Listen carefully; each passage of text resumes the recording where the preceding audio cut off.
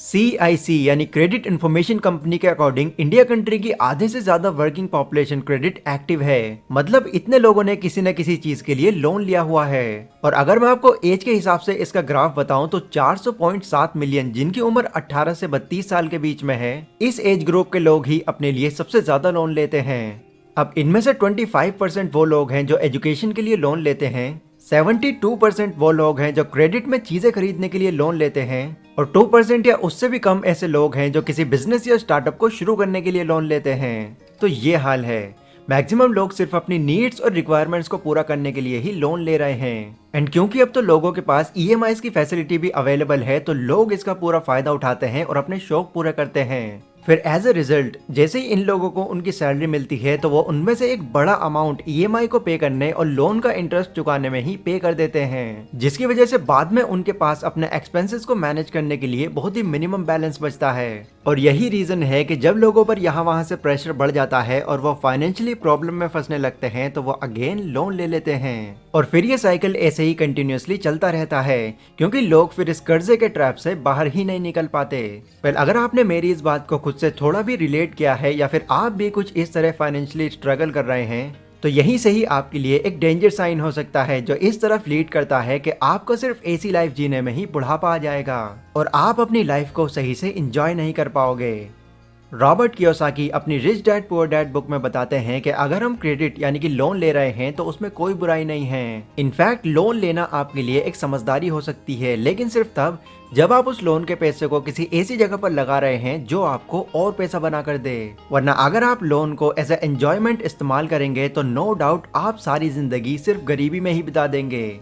अगर किसी फैमिली में 8 लोग हैं तो उनमें से 2 या 3 लोग तो ऐसे जरूर होंगे जो अपनी पसंद की चीजों को खरीदने के लिए किस्त, EMI और लोन का सहारा लेते हैं, और यही उनकी आदत उनको फाइनेंशियली स्ट्रांग नहीं होने देती। इसलिए किसी भी इंसान का आने वाला फ्यूचर कैसे बीतेगा वो उसकी करंट हैबिट्स पर भी डिपेंड करता है। तो आप इस बात को अभी समझ जाओ, इसीलिए आज मैं आपके सामने ये वीडियो लेकर आया हूँ। और इस वीडियो में मैं आपको अपने फाइनेंस को फिक्स करके उसे कैसे इंक्रीज करना है उसके 3 तरीके बताऊंगा, जिससे आप अपने डेट को क्लियर करने के साथ साथ अपनी इन्वेस्टमेंट की भी शुरुआत कर सकते हैं। इसलिए ये वीडियो आपके लिए बहुत स्पेशल हो सकती है। और हाँ, इस वीडियो में थोड़ी ही देर में आपको एक सरप्राइज गिफ्ट भी मिलेगा, इसलिए बिना किसी और चीज से डिस्ट्रैक्ट हुए इस वीडियो को पूरा जरूर देखना। So let's begin. Number 1, identify the causes of financial problem. अपनी फाइनेंशियल प्रॉब्लम को फिक्स करने के लिए आपको सबसे पहले तो ये जानना होगा कि आखिर आपके पास पैसों की इतनी दिक्कत है क्यों। मतलब आपको फाइनेंशियल प्रॉब्लम के रूट कॉज को समझना होगा, क्योंकि अमीर हो या गरीब फाइनेंशियल प्रॉब्लम हर कोई फेस करता है, लेकिन अलग अलग तरह के लोगों के लिए स्ट्रगल भी अलग अलग ही होते हैं। अब आपके केस में आपकी फाइनेंशियल प्रॉब्लम का मेन कॉज क्या है, जब आप ये एग्जैक्ट पता कर लेंगे तो आप अपने फाइनेंस को फिक्स करने के रास्ते में एक स्टेप आगे बढ़ जाएंगे। रीजन आपका कुछ भी हो सकता है कि कम सैलरी वाली जॉब आपको मजबूरी में करनी पड़ रही हो सकता है कि आपकी फैमिली इतनी बड़ी हो कि आप अपने घर के खर्च से अलग कुछ बचा ही नहीं पा रहे हो, या ये भी हो सकता है कि आपके ऊपर कोई भारी कर्ज लगा हुआ हो जिसका ब्याज देते रहने में ही आपकी काफी सारी सैलरी जा रही हो। अब इसमें से कोई सिचुएशन अगर आपके साथ भी है तो ये 99% कंफर्म है कि आपके पास इमरजेंसी के लिए कोई फंड भी नहीं होगा। तो ऐसे में अब आप क्या कर सकते हैं? वेल, सबसे पहले तो आपको ये रीजन ही जानना है कि आपके केस में आप फाइनेंशियल प्रॉब्लम किस तरह से फेस कर रहे हैं। जब आप अपनी उस प्रॉब्लम का एग्जैक्ट रीजन पता कर लेंगे तो आप उस प्रॉब्लम को अच्छे से समझकर एक पेपर पर लिख लीजिए, और फिर आप ये देखिए कि अभी आप कितना कमा रहे हैं और आपकी कमाई का कितना परसेंट है जो इस प्रॉब्लम में जा रहा है। 10%, 20%, 50% या फिर 70%। फिर जब आप इन सब चीजों को कैलकुलेट कर लेंगे तो फिर आप ये देखिए कि आपके पास इन सब चीजों के बाद बच कितना रहा है, और जो भी पैसा आपके पास बच रहा है आप उस पैसे को कहाँ खर्च कर रहे हैं।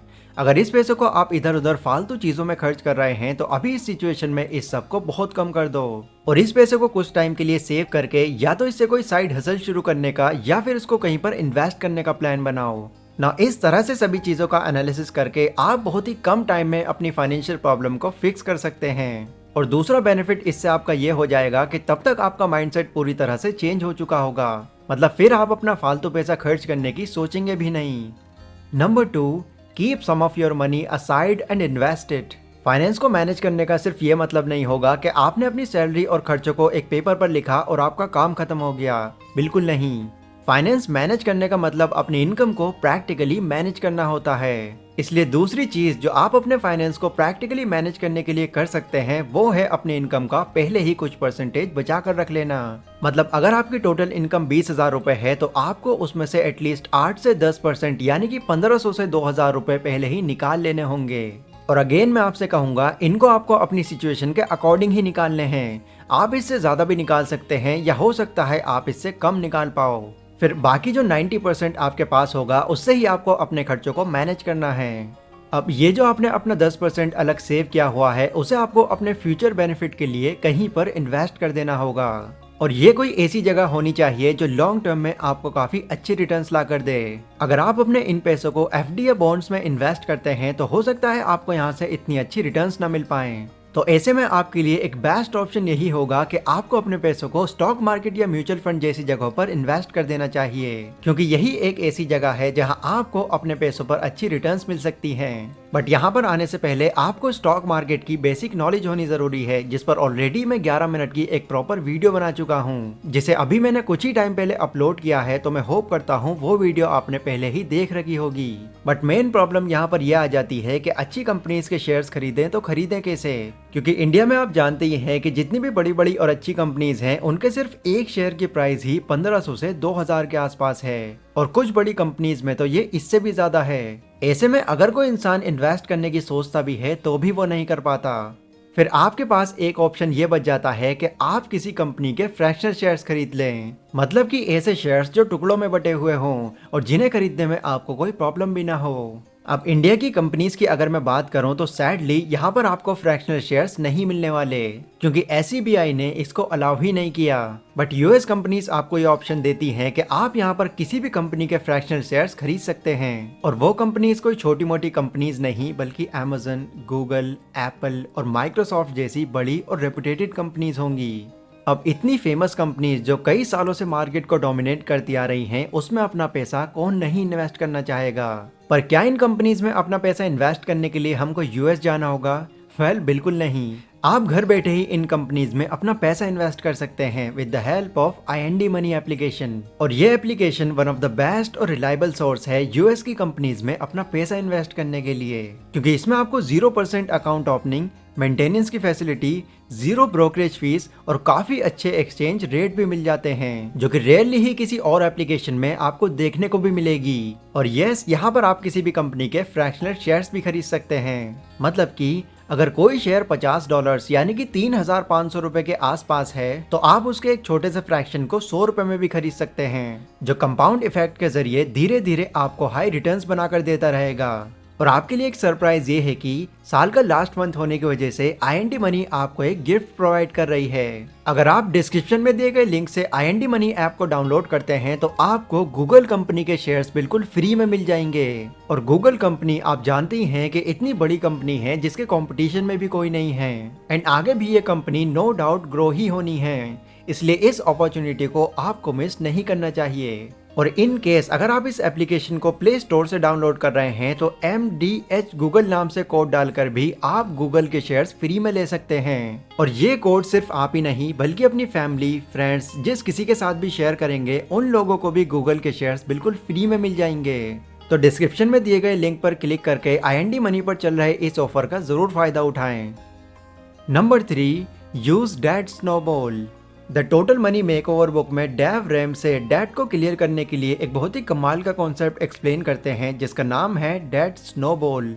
डेव रैम से इसको एक बहुत ही इफेक्टिव टेक्निक बताते हैं जो प्रैक्टिकली भी बहुत अच्छे से काम करती है, क्योंकि इसको समझकर आप अपने कर्ज को स्मॉल से लार्ज अमाउंट पे ऑफ करने के लिए ऑर्गेनाइज कर सकते हैं, बिल्कुल वैसे ही जैसे एक स्नोबॉल को तैयार किया जाता है।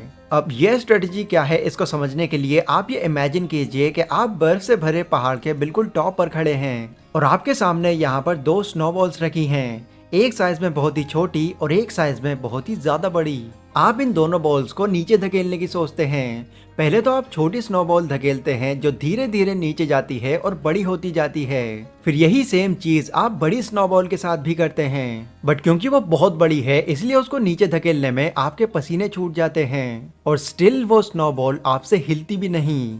फिर जब आपको ये रियलाइज होता है कि ये काम मेरे अकेले के बस की बात नहीं, तो आपको इसको धकेलने के लिए अपने पार्टनर्स को कन्विंस करना पड़ता है। देन फिर आप और आपके पार्टनर्स जब साथ में मिलकर उसको धकेलते हैं तो फाइनली वो स्नोबॉल नीचे जाने लगता है, और वो भी उस छोटी स्नोबॉल की तरह ही नीचे जाते जाते और बड़ा होता रहता है।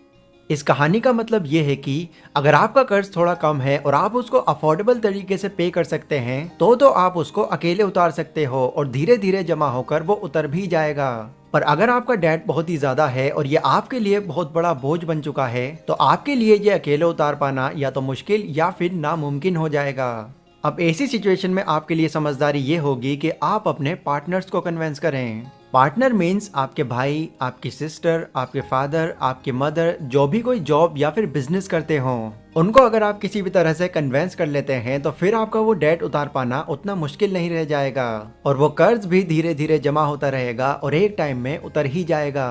और हाँ, फैमिली तो मैंने सिर्फ एग्जाम्पल के लिए बताया है। आपका पार्टनर आपका बिजनेस, आपकी टीम और आपकी इन्वेस्टमेंट भी हो सकती है। अगर आप इस तरह से इन 3 स्ट्रैटेजीज को फॉलो करते हैं तो आप अपने फाइनेंस को बहुत ही आसानी से फिक्स कर सकते हैं। ये वीडियो गाइज अगर आपको थोड़ी भी इन्फॉर्मेटिव लगी हो तो इसको लाइक और शेयर जरूर करें, और डिस्क्रिप्शन में IND मनी एप्लीकेशन का लिंक दिया हुआ है, उसे डाउनलोड करें और बिल्कुल फ्री में गूगल के शेयर्स लें। तो आज की वीडियो में बस इतना ही, मिलता हूँ अपनी अगली वीडियो में, तब तक के लिए stay safe, stay healthy, take care.